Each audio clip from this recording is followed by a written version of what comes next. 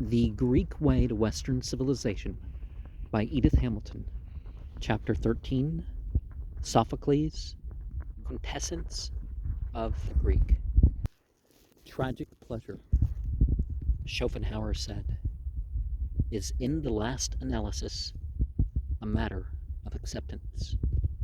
The great philosopher of gloom was defining all tragedy in terms of one tragedian. His definition applies to Sophocles alone, but it compresses into a single word the spirit of the Sophoclean drama. Acceptance is not acquiescence or resignation. To endure because there is no other way out is an attitude that has no commerce with tragedy. Acceptance is the temper of mind that says, "Thy will be done," in the sense of, "Lo, I come to do thy will." It is active, not passive, yet it is distinct from the spirit of the fighter, with which indeed it has nothing in common. It accepts life, seeing clearly that thus it must be and not otherwise. We must endure our going hence, even as our coming hither. To strive to understand the irresistible movement of events is illusory.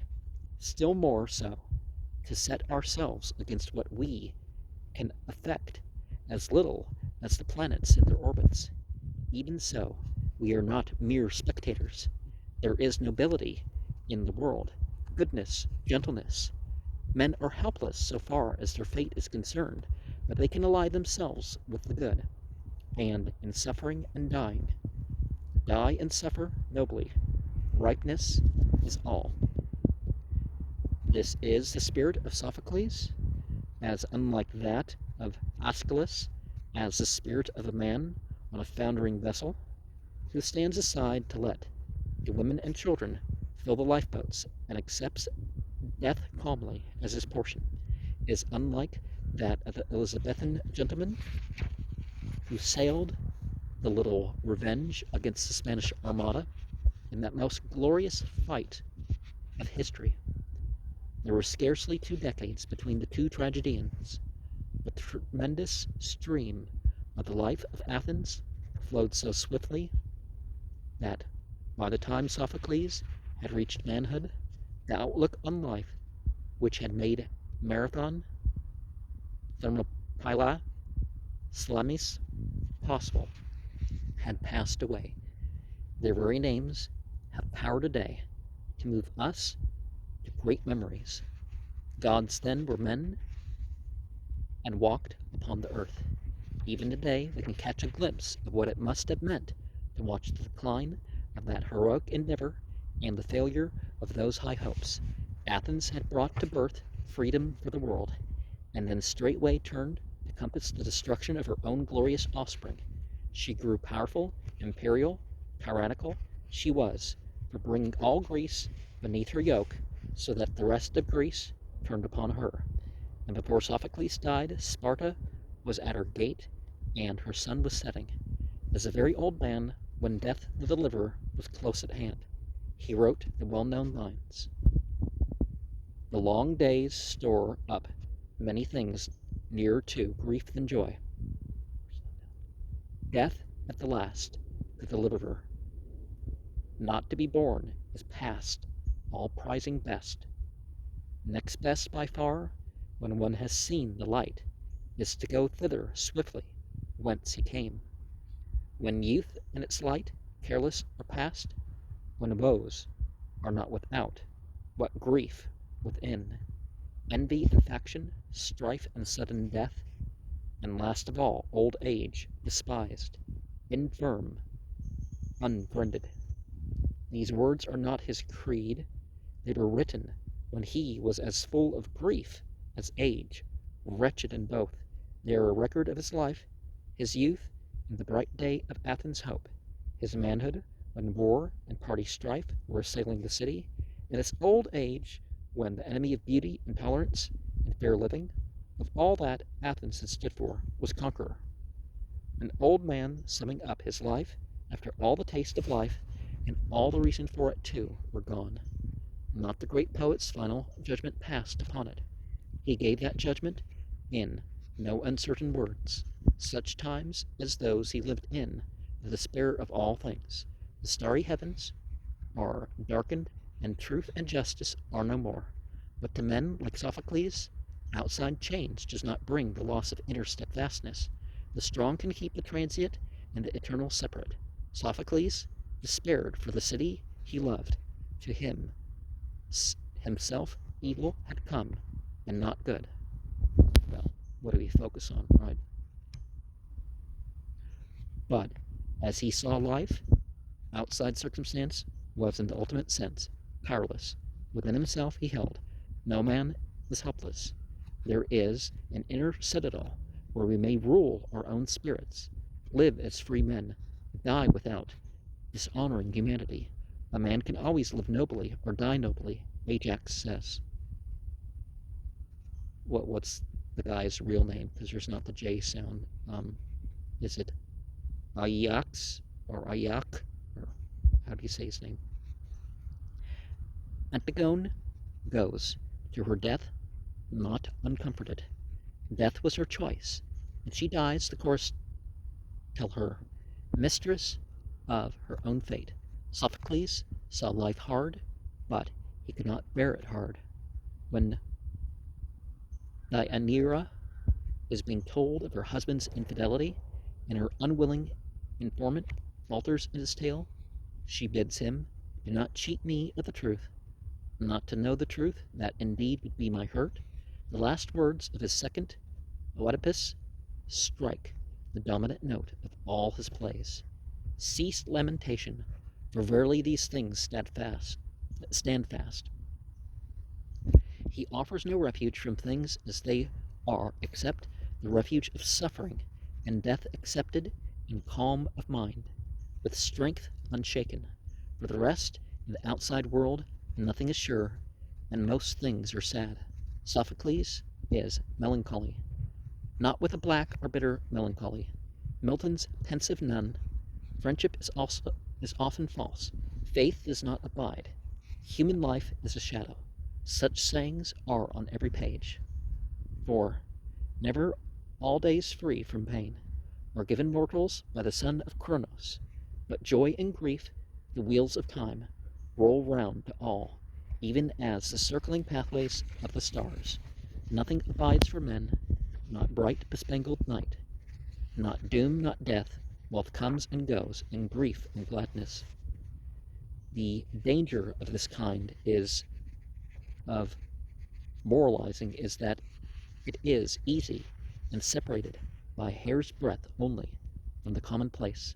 Sophocles often grows sensuous. For all men it is appointed to die.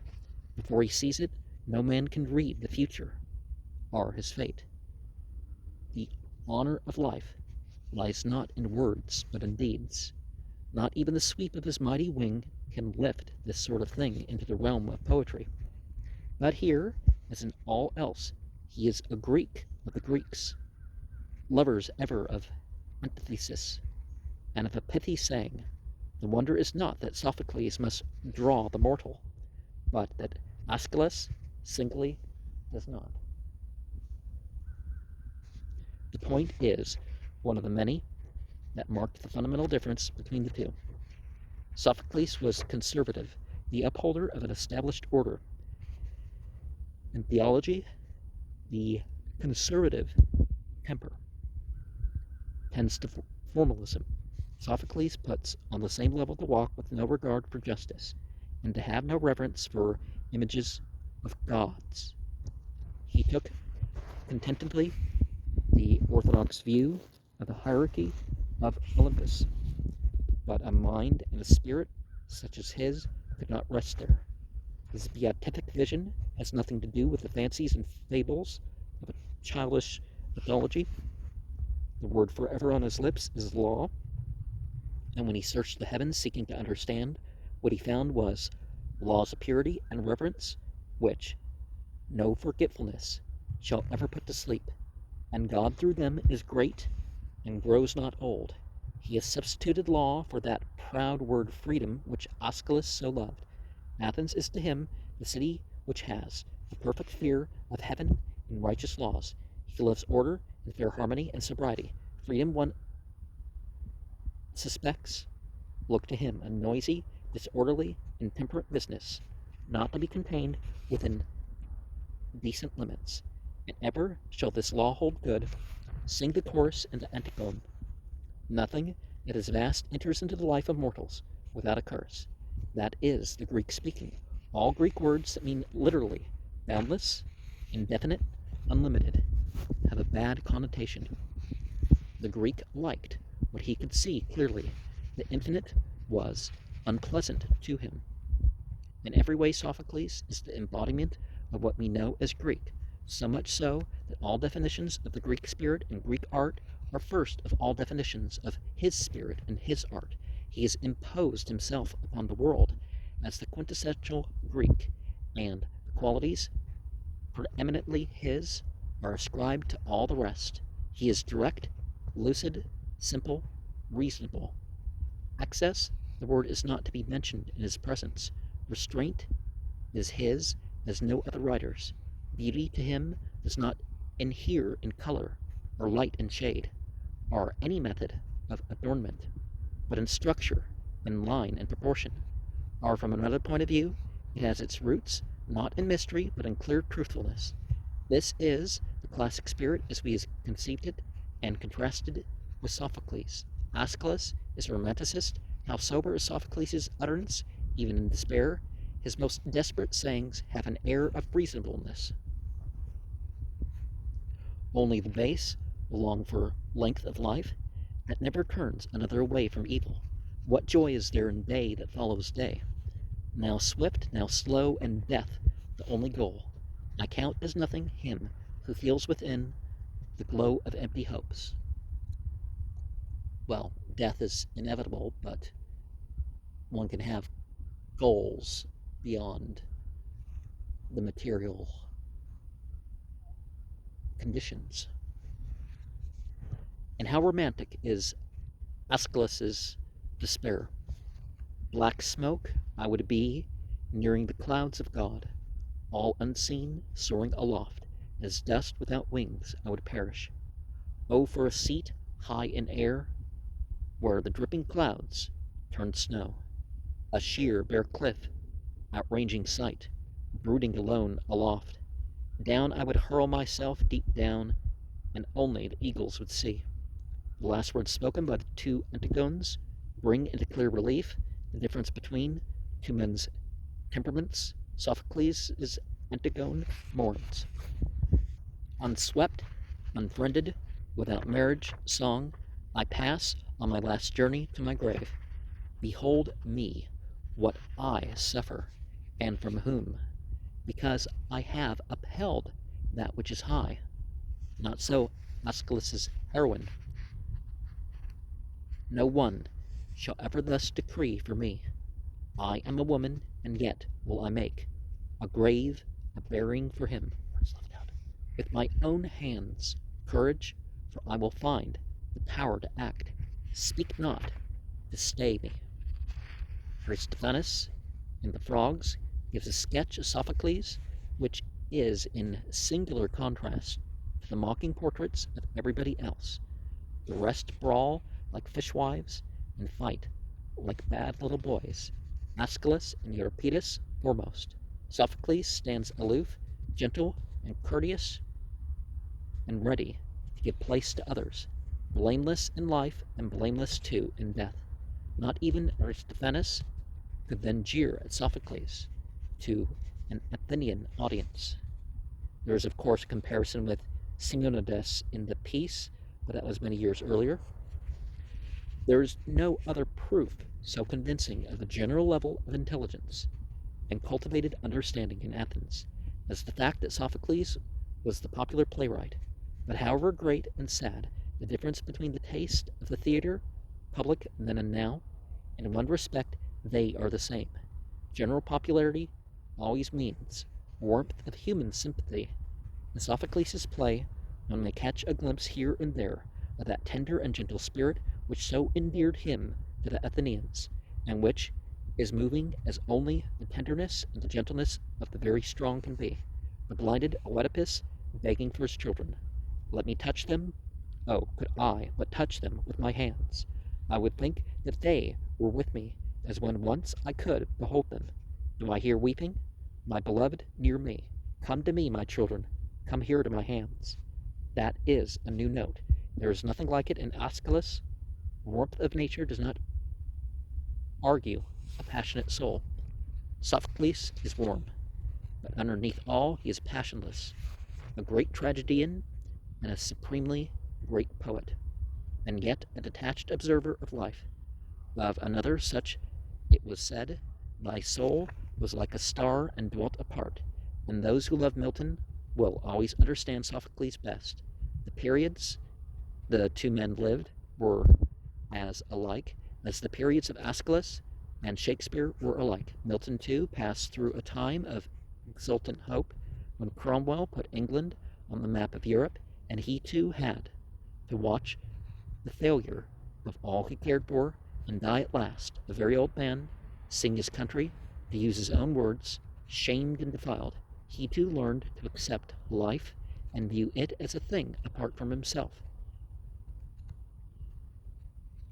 Yeah, you're not always in control of those details, but who you decide to be is different.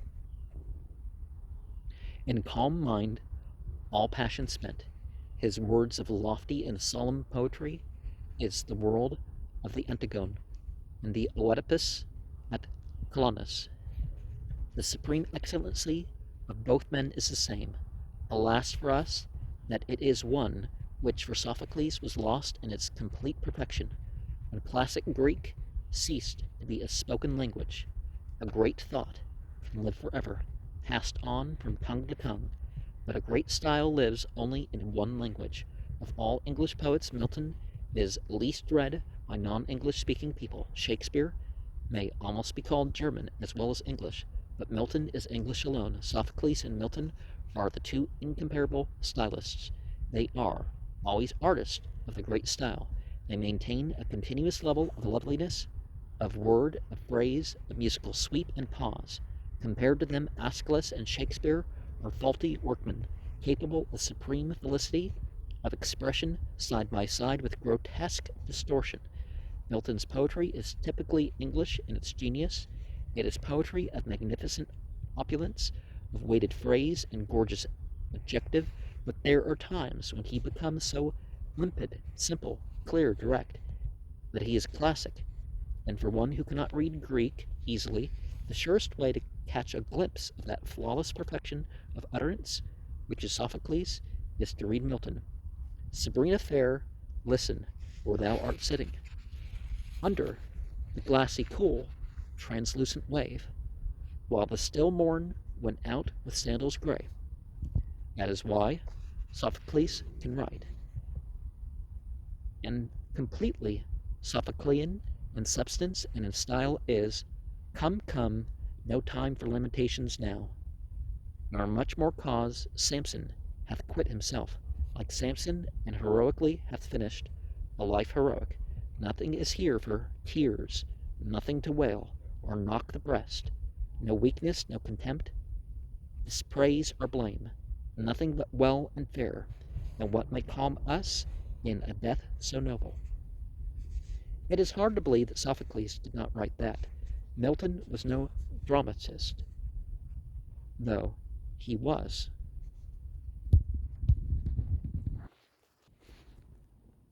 Thought was his great interest, not action. Sophocles turned naturally to the drama. He was a man of Periclean Athens, where preeminently the play was the thing, but it is open to question whether his own bent would have led him that way. It is certain that he is a greater poet than dramatist. In dramatic power he stands below Aeschylus. On the other hand, in good theatre, as distinguished from sheer drama, he is his superior, but that is only to say that he possessed in the highest degree the Athenian technical gift. In whatever direction he turned, he was a consummate workman. If he wrote a play, it would be done as well as it could be done from every point of view of theatrical craftsmanship. One imagines the young man watching a performance of Aeschylus's libation bearers and noting every crude detail and the passing over of many a chance for a tense moment. That lock of Orestes' hair they will never have done talking about. The patent silliness of Electra's divining that her brother has arrived because the footprints she has found are like her own. The scene where she recognizes him so quickly passed over when it held most admirable dramatic possibilities. Some people faking powers do stuff like, oh, it's footprints like mine, it's family. Well, and off he goes to do a really well-made play. Such is the Electra, so brief, but not a word wasted. Electra's character, given in a moment by the sharp contrast to her sister, the intense, compressed dialogue, where every word means something different to the speakers and the spectators, and the effect is electric. That lock of hair, relegated far to the background, the recognition scene worked to the full of all its possibilities, and in the end, a thrilling moment. The son has come to avenge his father's death at the hands of his wife and her lover by murdering the two murderers. He has killed his mother, having gained admission to her by declaring that he is bringing her news of his own death. His sister waits at the palace door. To her comes their mother's lover, rejoicing that the one man they feared is dead.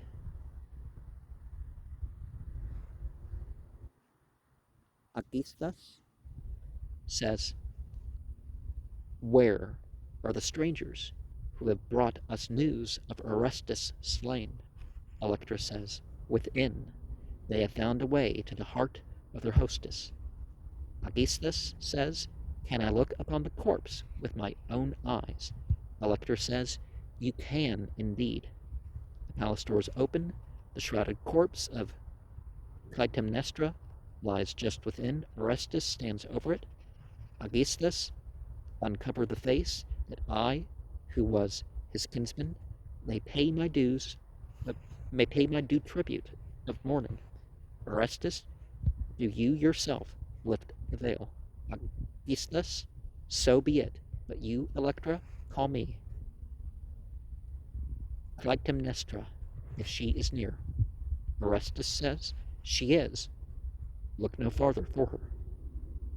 Aegisthus lifts the face cloth and says, what do I see? Orestes, why so terrified? Is the face strange to you? The lifting of that cloth is a supreme theatrical touch. It is the great moment in the play. But the story Sophocles was dramatizing centered around a situation which could not be surpassed for dramatic opportunity. The murder of a mother by her son. No attention is focused on this fact in the play. When the son comes out after killing his mother, he and his sister agree briefly that it is well done and turn instantly to the real climax, the killing of Aegisthus. Sophocles deliberately avoided the horror of that first murder.